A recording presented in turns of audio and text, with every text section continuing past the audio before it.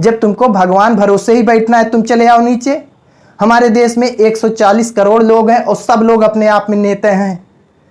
किसी को भी जिम्मेदारी दे दो, कोई तुमसे खराब राज नहीं चलाएगा। कहीं गांव कोने से उठाए लाओ, तुमसे खराब राज नहीं चलाएगा, क्योंकि हमारे देश के 140 करोड़ जो लोग हैं सब अपने आप में एक ब्रांडेड नेता है। कांग्रेस की सरकार में गैस सिलेंडर, डीजल, पेट्रोल के दाम में थोड़ी सी वृद्धि हो जाने पर इस्तीफा की मांग करने वाले आज इस्तीफा क्यों नहीं दे रहे हैं, जबकि गैस सिलेंडर इतना ज़्यादा महंगा हो गया है। कांग्रेस की सरकार में कहीं भी छोटी सी अगर ट्रेन हादसे, कुछ भी कोई हादसा किसी प्रकार का हो जाता था तो इस्तीफा की मांग करने वाले आज अहमदाबाद में इतना ज़बरदस्त प्लेन क्रैश होने के बाद भी इस्तीफा क्यों नहीं दे रहे हैं। कांग्रेस की सरकार में आतंकवादी हमले हो जाने पर इस्तीफा की मांग करने वाले आज पहलगाम, उरी जैसे आतंकवादी हमले होने पर इस्तीफा क्यों नहीं दे रहे हैं। कांग्रेस की सरकार में अगर कहीं भी छोटी से छोटी घटना घट जाती थी तो देश की मीडिया से लेकर देश की सड़क तक इस्तीफा की मांग चलने लगती थी, आंदोलन होने लगते थे। लेकिन आज हमारे देश में इस्तीफा की मांग ही खत्म हो गई, आंदोलन ही खत्म हो गया। अब हमारे देश में कहीं कोई आंदोलन ही नहीं हो रहा है। ऐसा नहीं है कि देश में आंदोलन करने वालों की कमी है, आंदोलन इसलिए नहीं हो रहा है क्योंकि कांग्रेस सरकार में आंदोलन करने का कोई नतीजा मिलता था। अगर उस समय आंदोलन करके लोग इस्तीफा मांगते थे तो इस्तीफा दिया जाता था, मंत्री विधायक इस्तीफा दे देते थे।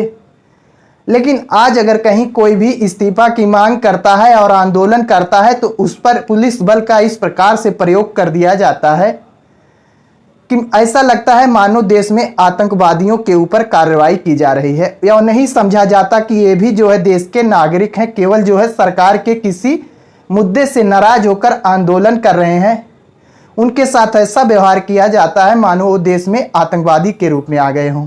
कांग्रेस की सरकार में अक्सर देखा जाता था कि दो नारे खूब गूंजते थे, कांग्रेस सरकार हाय हाय और कांग्रेस सरकार इस्तीफा दो। ये दो नारे काफ़ी ज़्यादा गूंजते थे, लेकिन अब कहीं नहीं गूंजता है कि बीजेपी सरकार हाय हाय। अब यह नारा हाय हाय का नारा ही खत्म हो गया पूरी तरीके से। जिस प्रकार हमारे देश में आंदोलन करने पर पुलिस बल का प्रयोग किया जाता है, उसी प्रकार हमारे पड़ोसी देश चीन में भी होता है। अगर कहीं कोई आंदोलन करता है तो उससे जो है पुलिस बल का प्रयोग करके काफ़ी ज़्यादा दबा दिया जाता है। तो हम कहते हैं कि चीन में कोई आंदोलन कर नहीं सकता, किसी को बोलने की आज़ादी नहीं है। ऐसी स्थिति में हम कहते हैं चीन में तानाशाही है। तो क्या अब हम यह मान लें कि हमारे देश में भी तानाशाही आ गई है, क्योंकि हमारे देश में भी अब कोई आंदोलन कर ही नहीं सकता। आज हमारे देश में अगर कोई सरकार के खिलाफ बोलता है तो उस पर सीबीआई हो गई, पुलिस बल का ऐसा प्रयोग कर दिया जाता है कि दो चार लोग जिनके अंदर और सरकार के खिलाफ बोलने की उत्सुकता हो रही थी, उनकी उत्सुकता मर जाती है। उस अगले व्यक्ति के देखकर उनकी उत्सुकता मर जाती है। अगर सरकार इस प्रकार से कार्रवाई कर देती है कि दो चार लोग जो सरकार के खिलाफ उमक रहे थे, उनकी भी उमंग खत्म हो जाती है और डर के मारे एक कोने में बैठ जाते हैं। सेम यही जो है हाल चीन में है। चीन में अगर कोई किसी एक प्रांत में आंदोलन हुआ तो उस पर इतनी भयंकर कार्रवाई कर देते हैं कि अन्य प्रांतों में कहीं कोई आंदोलन होने का नाम ही नहीं लेता। इस्तीफा को लेकर इस प्रकार का वीडियो हम अचानक से नहीं बना रहे हैं।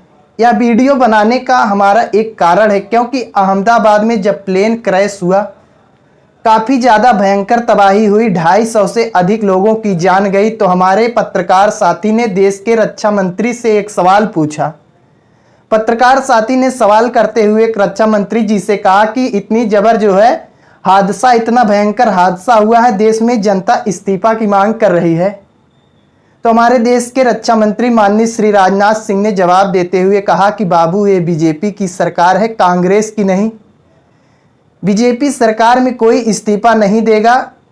अब उनके कहने का मतलब यही था कि कितनी भी दुर्घटना हो जाए लेकिन कोई इस्तीफा नहीं देगा। ये कांग्रेस की सरकार नहीं है कि इस्तीफा ले लोगे, ये बीजेपी की सरकार, यहाँ पर कोई इस्तीफा नहीं देगा। तो ऐसी स्थिति में हमारे देश के इतने ऊंचाई पर बैठे हुए जब मंत्री इस प्रकार का बयान देंगे कि आप कोई भी गलत काम हो जाए इस्तीफा नहीं देना पड़ेगा आपको, तो ऐसी स्थिति में जो नीचे बैठे हैं ये पुलिस, एसपी, डीएम, ये सब क्या करेंगे। इन सब के अंदर कोई डर नहीं रहेगा कि भैया इस्तीफा नहीं देना पड़ेगा, खूब लूटो मारो, खूब भ्रष्टाचार करेंगे। जब इतनी सरकार में इतनी ऊंचाई पर बैठे हुए लोग इस प्रकार की बयानबाजी करेंगे तो नीचे क्या असर पड़ेगा? नीचे तो यही सबने सोचेगा कि लूट मार करो, यहाँ इस्तीफा नहीं देना पड़ेगा, बीजेपी की सरकार है। हमारे देश के रक्षा मंत्री ने तो एक प्रकार का विवादित बयान ही दिया था, लेकिन उनके कुछ देर बाद ही हमारे देश के गृह मंत्री ने भी एक विवादित बयान दे दिया।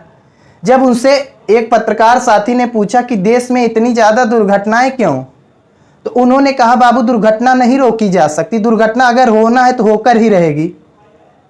केंद्रीय गृह मंत्री अमित शाह जी से हम यही कहेंगे कि महाराज, तो हमको भी पता है जो होना है वो होकर रहेगा, प्रकृति के नियम के खिलाफ कोई नहीं जा सकता, लेकिन फिर भी हम जनता लोगों ने आपको चुनकर वहां भेजा है कि आप जाएं, वहां पर देश में नियम कानून बनाएं, देश के लिए अच्छी अच्छी व्यवस्था करें ताकि देश सुचारू रूप से आगे बढ़े। जब तुमको भगवान भरोसे ही बैठना है, तुम चले आओ नीचे। हमारे देश में 140 करोड़ लोग हैं और सब लोग अपने आप में नेता हैं।